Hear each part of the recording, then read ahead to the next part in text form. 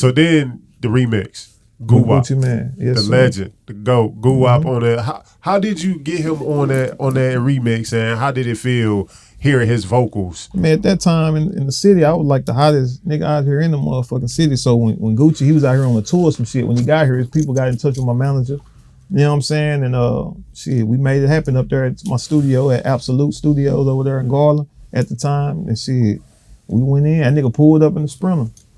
I'm talking about pulled up in that bitch, Mercedes-Benz Sprinter. That was the first time I saw a Mercedes-Benz Sprinter, to be honest with you. Got you, okay. You know what I'm saying? He pulled up, wrote this shit by 10 minutes. He heard the song. He told me as soon as he heard the song, that nigga was like, man, this record banana, shawty. That was his exact word. This record banana, shawty.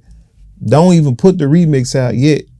You know what I'm saying? Get your money out for the record. But I ain't listen to that shit. I went ahead and put it out. I threw that bitch out there so fast. Do you wish you would have waited, or you felt like I you wish made I would have waited. Yeah. Yeah, he was right. He was right. I should have waited. So you got Gucci, but that wasn't even the notable. I mean, that wasn't. You didn't stop there. No. Because That was the first one.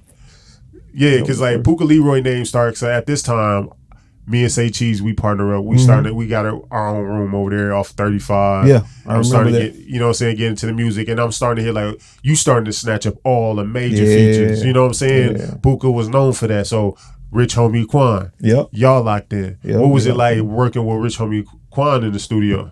Man, that nigga he was real professional. Rich Homie just came in the studio and shit. He went in, he liked being there by himself. You know what I'm saying? Like, Got you. So he just went in the booth, shit, cut the lights off in the booth. He sat down. That was the thing about him. He didn't even stand up. That nigga was sitting down recording this shit on the stool or some shit. And he came out that bitch and he was cool though. Okay. And then at the time, Future going off at this moment. Goddamn me free bang. Shit show. If you don't mind me asking, and he made, how much was that feature?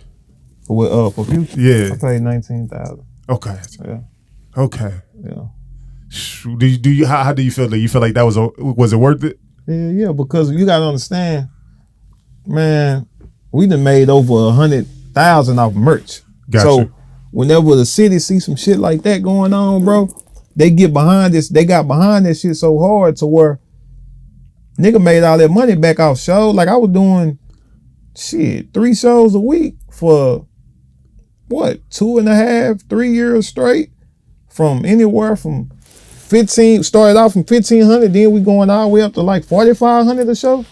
This 2-year run, damn near probably. So, yeah. So with the naysayers, right? Naysayers were like, Pooca got all the features in the, you know what I'm saying, all the major features, but he still never achieved the level like a Yellow Beezy. Getting all those features is a waste of money. How do you respond to the naysayers? It ain't no waste of money at all, man. Like if y'all can afford the features or whatever the case may be, it's all about the timing of the feature and who it is and when you put it out, how you roll out the campaign of the feature and different things like that. And now, shit, whenever you get a feature, throw a little few dollars on top. So shit, it's not worth getting it now if the other person that's on the song is not